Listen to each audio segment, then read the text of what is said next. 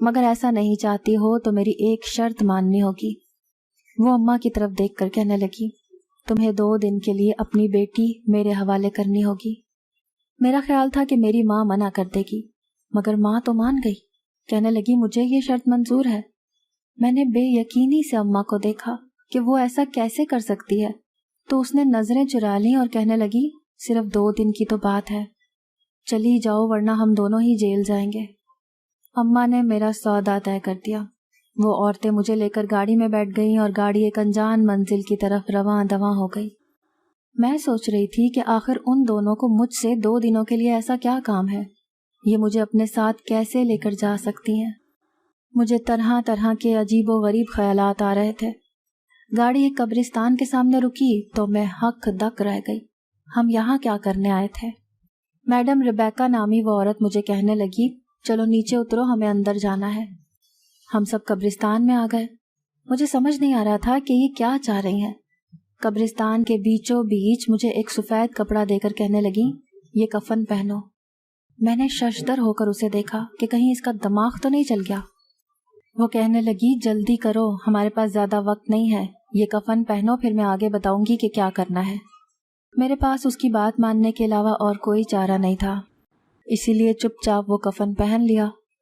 اس کے بعد وہ ایک کھلی قبر میں مجھے لے گئی اور کہنے لگی کہ اس تابوت کے اندر لیٹ جاؤ، فکر مت کرو، تمہارا دم نہیں گھٹے گا، اندر آکسیجن ہے، صرف 1 گھنٹے تک تمہیں یوں اندر رہنا ہوگا، یوں سمجھو کہ ناٹک کرنا ہے مرنے کا۔ 1 گھنٹے کے بعد کوئی یہاں آئے گا اور کفن ہٹا کر تمہارا چہرہ دیکھے گا اور چلا جائے گا۔ تم نے یہی ظاہر کرنا ہے کہ تم مری ہوئی ہو۔ میں تمہیں اس کام کے بدلے لاکھوں دوں گی، اور اگر تم انکار کرو گی تو تم اور تمہاری ماں سیدھا جیل جائیں گے۔ میں اب اس کے رحم و کرم پر تھی، اسی لیے چپ چاپ وہی کیا، کفن پہن کر تابوت کے اندر لیٹ گئی اور انہوں نے اوپر سے مٹی ڈالنی شروع کر دی۔ تابوت میں مکمل اندھیرا تھا، لیکن یہ تھا کہ میری سانس ٹھیک تھی، دم نہیں گھٹ رہا تھا، انہوں نے آکسیجن کا انتظام کر رکھا تھا۔ میں سمجھ نہیں پا رہی تھی کہ آخر یہ سب کرنے کے پیچھے مقصد کیا ہے، انہیں میرے ساتھ یہ کر کے کیا حاصل ہے۔ ضرور کوئی بڑی بات تھی جو اتنا بڑا ڈرامہ کھیلا جا رہا تھا۔ میں سوچنے لگی کہ اگر وہ مجھے یہاں سے نکالنے نہ آئیں تو میرا کیا ہوگا۔ اماں کو تو علم ہی نہیں تھا کہ میرے ساتھ کیا ہو رہا ہوگا، وہ تو مزے سے اس بریسلٹ کو بیچ رہی ہوگی جو اس کو مل گیا تھا۔ میں پچھتانے لگی، مجھے اماں کے کہنے پر یوں چوری نہیں کرنی چاہیے تھی، نہ میں چوری کرتی اور نہ یہاں ہوتی۔ اماں کو تو کام ہی یہی تھا، مگر مجھے اس کا ساتھ نہیں دینا چاہیے تھا۔ میں اپنے ماں باپ کی اکلوتی اولاد ہوں، اور میرے باپ نے بڑے لاڈ پیار سے میری پرورش کی۔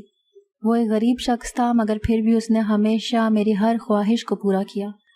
میں جو کہتی میرے باپ کے لیے اس کو ماننا جیسے فرض ہو جاتا تھا۔ میرے علاوہ ان کی کوئی اور اولاد نہیں تھی، اسی لیے ابا اور اماں کا سارا پیار میرے ہی حصے میں آیا۔ غربت اور بیماری کا شاید چولی دامن کا ساتھ ہے، جو میرے باپ کو بھی ایک موذی بیماری نے جکڑ لیا۔ ابا کو کینسر ہو گیا اور ہم غریب تھے، اتنا مہنگا علاج کہاں سے کرواتے۔ کئی مہینے بیمار رہ کر ابا کا انتقال ہو گیا۔ ابا کے مرنے کے بعد دادی نے ہمیں گھر سے جانے کا کہہ دیا کہ پہلے تو ان کا بیٹا ہمیں کما کر کھلاتا تھا، اب وہ ہمیں کہاں سے کھلاتی۔ میں اور میری ماں نانا کے گھر آ گئے، مگر یہاں زندگی کون سا آسان تھی۔ ان کا چھوٹا سا گھر تھا اور وہ پہلے ہی بڑی مشکل سے گزر بسر کر رہے تھے، ایسے میں ہمارا جانا ان لوگوں کے لیے مشکلات بڑھا گیا۔ وہ منہ سے تو کچھ نہیں کہتے تھے، مگر ان لوگوں کے رویوں سے صاف لگتا تھا کہ انہیں ہمارا یہاں رہنا بالکل پسند نہیں آیا۔ اس میں ان کا کوئی قصور بھی نہیں تھا، وہ بھی ہماری ہی طرح غریب تھے اور 2 وقت کی روٹی بڑی مشکل سے کھاتے تھے۔ ایسے میں ماموں جوان بہن اور اس کی بیٹی کو کہاں سے پالتے، کہاں سے خرچہ کرتے۔ وہ تو بھلا ہو میرے نانا کا، جنہوں نے اپنے مرنے تک مجھے اور امی کو کسی چیز کی کمی نہ ہونے دی۔ میں 12 سال کی تھی جب نانا کا انتقال ہو گیا۔ نانا کے مرنے کے بعد ہم نے وہ گھر چھوڑ دیا اور امی مجھے لے کر کرائے کے مکان میں رہنے لگیں۔ امی نے نوکری کرنی شروع کر دی اور مجھے اسکول بھیجنا۔ وہ یہی چاہتی تھیں کہ میں پڑھ لکھ کر کامیاب انسان بنوں، مگر پھر جانے اماں کے دماغ میں کیا سمائی کہ اس نے مجھے اپنے ساتھ ہوٹل لے کر جانا شروع کر دیا، جہاں وہ ویٹرس کا کام کرتی تھیں۔ اماں مجھ سے کہتی تھیں کہ تمہیں میرے ساتھ دیکھ کر لوگ مجھ سے ہمدردی کرتے ہیں اور بدلے میں مجھے کافی بھاری ٹپ دیتے ہیں، تو میرے ساتھ ہی جایا کرو۔ شروع میں تو مجھے یہی لگا کہ اماں مجھے ساتھ اس لیے لے کر جاتی ہے، لیکن پھر ایک دن حقیقت کھلی۔ مجھ سے باتوں میں لگا کر اماں ان امیر لوگوں کی جیب سے پیسے چرا لیا کرتی تھیں۔ جب وہ لوگ مجھ سے میری تعلیم کے بارے میں پوچھ رہے ہوتے تھے، اسی وقت اماں اپنا کام کر جاتی۔ کسی کو شک نہیں ہو پاتا تھا۔ اماں کو چوری کرنے کی عادت کب سے پڑ گئی تھی؟ میں جتنا سوچتی اتنا ہی حیران ہوتی۔ میں نے کئی بار اماں کو کہا کہ وہ ایسا نہ کیا کرے، وہ یہ غلط کرتی ہے، ایسا نہ کیا کرو، مگر میری باتیں ایک کان سے سن کر دوسرے کان سے نکال دیتی اور کہتی کہ تمہیں کیا پتا کہ کتنے اخراجات ہوتے ہیں، اگر میں ایسا نہ کروں تو میری تنخواہ اتنی نہیں ہے کہ ہمارا گزر اچھے سے ہو جائے، تو جو میں کرتی ہوں وہ مجھے کرنے دیا کرو۔ اماں کی انہی حرکتوں کی وجہ سے آج میں یہاں اس قبر میں لیٹی اپنے ماضی پر شرمندہ ہو رہی تھی۔ میری تو یہ سوچ سوچ کر جان نکل رہی تھی کہ اگر وہ وعدے کے مطابق مجھے یہاں سے نکالنے نہ آئی تو میرا کیا ہوگا۔ ابھی میں یہی باتیں سوچ رہی تھی کہ اچانک مجھے ہلچل سی محسوس ہوئی۔ ایسا لگا کہ جیسے کوئی تابوت سے مٹی ہٹا رہا ہو۔ میں نے میڈم ریبیکا کے کہنے کے مطابق جلدی سے سانس بند کر لیا اور آنکھیں بھی بند کر لی۔ کچھ ہی دیر میں کسی نے تابوت کا ڈھکن کھولا اور میرے چہرے سے کفن ہٹایا۔ میں نہیں جانتی تھی کہ وہ کون ہے، لیکن مجھے اس کی آواز سنائی دی۔ وہ کوئی لڑکا تھا جو یہ کہہ رہا تھا کہ دیکھو اب تو تمہیں یقین ہو گیا کہ یہ مر چکی ہے، میں نے تمہیں بتایا تو تھا، مگر تمہیں میری بات کا یقین نہیں آتا تھا، تو لو بھائی اپنی آنکھوں سے دیکھ لو اور یقین کر لو۔ شاید وہ 2 سے 3 لوگ تھے۔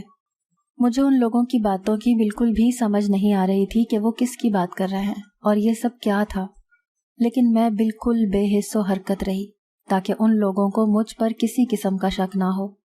5 منٹ بعد ہی وہ دوبارہ سب کچھ پہلے کی طرح کر کے چلے گئے۔ ان کے جانے کے 10 منٹ بعد ہی میڈم ریبیکا نے مجھے وہاں سے نکال لیا اور اپنے ساتھ ایک گھر میں لے آئی۔ میں نے پوچھا کہ یہ سب کیا تھا، وہ لوگ کون تھے اور آپ یہ کیا کھیل کھیل رہی ہیں؟ وہ مجھے گھور کر کہنے لگی کہ تم یہ سوال پوچھنے کا حق نہیں رکھتی، تمہیں وہی کرنا ہے جو میں کہوں گی۔ تمہاری چوری کرنے کی ویڈیو میرے پاس محفوظ ہے، اگر تم نے میری حکم عدولی کرنے کی کوشش کی یا پھر کوئی ہوشیاری دکھانے کی تو تمہارے ساتھ بہت برا پیش آؤں گی۔ اس کی باتیں سن کر میں ڈر چکی تھی، اسی لیے میں نے کہا کہ ٹھیک ہے، آپ جیسا کہیں گی میں ویسا ہی کروں گی۔ جانے ان عورتوں کا کیا مقصد تھا، وہ کیا کرنا چاہ رہی تھیں۔ میڈم نے اپنی ساتھ والی عورت کو کہا کہ کنیز اسے کمرے میں لے جاؤ اور جیسا میں نے کہا ہے ویسا ہی کرنا ہے۔ وہ عورت مجھے اپنے ساتھ کمرے میں لے گئی اور کہنے لگی کہ تم یہاں آرام کرو، میں تمہارے لیے کھانا بھجواتی ہوں، رات کو تم سے ملاقات ہوگی۔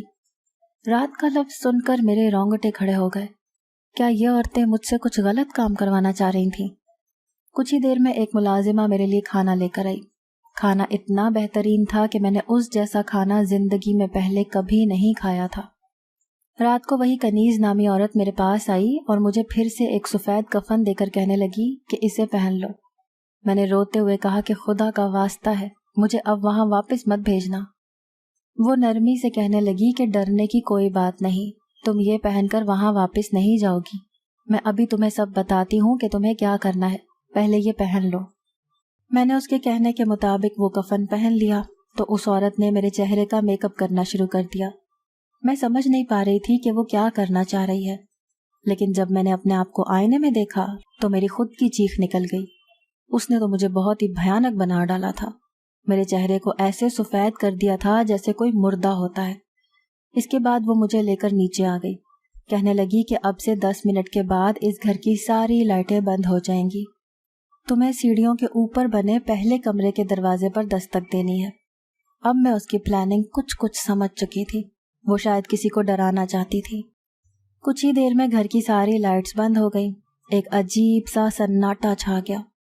میں نے کنیز کے کہنے کے مطابق اس کمرے کے دروازے پر دستک دی، دروازہ کھلا اور ایک آدمی باہر نکلا۔ مجھے دیکھتے ہی اس کے حلق سے چیخ برآمد ہوئی۔ میں نے اس کو مزید ڈرانے کے لیے اپنا ہاتھ آگے کیے، وہ چیختا ہوا نیچے کو بھاگ گیا، میں بھی اس کے پیچھے ہی تھی۔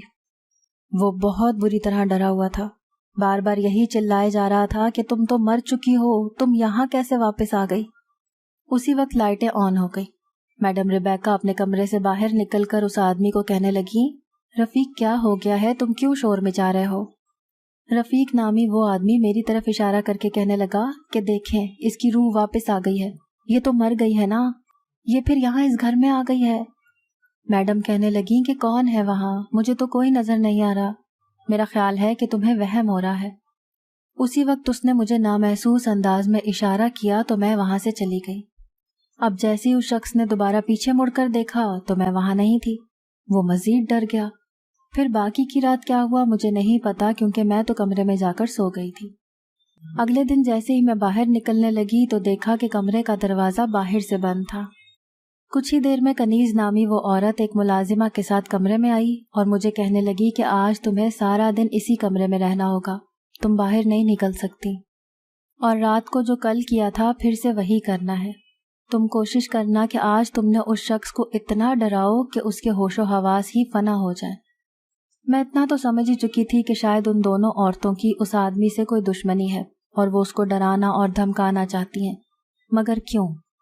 میں نے بہت سوچا مگر مجھے سوال کا جواب نہیں ملا کہ ان دونوں عورتوں نے میرا ہی انتخاب کیوں کیا تھا اس کام کے لیے۔ وہ کسی اور کو بھی تو ہائر کر سکتی تھی۔ شام کو کنیز مجھے لینے آ گئی اور کل کی طرح مجھے کفن پہنا کر تیار ہونے کا کہا۔ اس نے مجھے کچھ ڈائیلاگز بھی بتائے کہ آج تم نے یہ الفاظ ان کے سامنے بولنے ہیں۔ سچ بتاؤں تو مجھے بھی اب اس کھیل سے ڈر لگنے لگا تھا، مگر میں مجبور تھی۔ رات کے 12 بجتے ہی میڈم نے اس کے کمرے کا دروازہ کھول کر مجھے اندر جانے کا کہا۔ میں نے اندر جا کر اس سوئے ہوئے شخص کو ہلایا تو وہ مجھے اپنے سامنے دیکھ کر ڈر کر چیخنے لگا۔ کہنے لگا تم یہاں کیسے؟ تم تو مر چکی ہو۔ میں نے پلان کے مطابق کہا کہ نہیں، میں تو نہیں مری، دیکھو تمہارے سامنے کھڑی ہوں۔ وہ شخص کہنے لگا کہ ایسا کیسے ہو سکتا ہے؟ میں نے اپنے ہاتھوں سے تمہاری جان لی تھی، اپنی آنکھوں سے تمہاری قبر دیکھی تھی اور تمہیں قبر میں لیٹا ہوا بھی دیکھا تھا، تو پھر تم زندہ کیسے ہو سکتی ہو؟ میں نے اپنے ہاتھ اس شخص کی گردن کی طرف بڑھائے اور کہا کہ ہاں، تم نے میری جان لی تھی نا، اسی لیے میں تمہیں اپنے ساتھ لینے آئی ہوں۔ وہ ہاتھ جوڑ کر کہنے لگا کہ مجھے معاف کر دو، مجھے تمہارے ساتھ ایسا نہیں کرنا چاہیے تھا، پلیز یہاں سے چلی جاؤ۔ اسی وقت کمرے کی لائٹس روشن ہو گئیں اور میڈم ریبیکا پولیس کے ساتھ اندر داخل ہوئی۔ پولیس کو دیکھ کر میں ڈر گئی کہ کیا یہ مجھے گرفتار کرنے آئے ہیں چوری کے الزام میں، مگر انہوں نے اس شخص کو ہتھکڑیاں پہنانی شروع کر دیں اور کہا کہ رفیق، تمہیں نازیہ کے قتل کے الزام میں گرفتار کیا جاتا ہے، کیونکہ ابھی ابھی تم نے خود اپنے منہ سے اعتراف کیا ہے اور تمہارا اعتراف جرم ریکارڈ ہو چکا ہے۔ اس شخص کے تو ہوش و حواس ایسے اڑے ہوئے تھے کہ لگ رہا تھا اسے تو کچھ سمجھ ہی نہیں آ رہی کہ اس کے ساتھ ہو کیا رہا ہے۔ پولیس اسے پکڑ کر لے گئی تو میں نے میڈم ریبیکا کو کہا کہ اب آپ مجھے بتائیں کہ یہ سب کیا تھا۔ وہ کہنے لگی کہ یہ شخص رفیق میری بہن کا دوسرا شوہر تھا، میری بہن کی کروڑوں کی جائیداد تھی۔ کچھ عرصہ پہلے ہی اس کے پہلے شوہر کا انتقال ہوا تو اس نے رفیق سے شادی کر لی، حالانکہ ہم نے اسے بہت منع کیا تھا کہ رفیق ایک لالچی شخص ہے، مگر اس کی آنکھوں پر تو رفیق کی محبت کا پردہ پڑا ہوا تھا۔ میری بہن ایک جواں سال بیٹی تھی، اس کا نام نازیہ تھا، وہ تمہاری عمر کی تھی اور تمہاری ہی طرح دکھتی تھی۔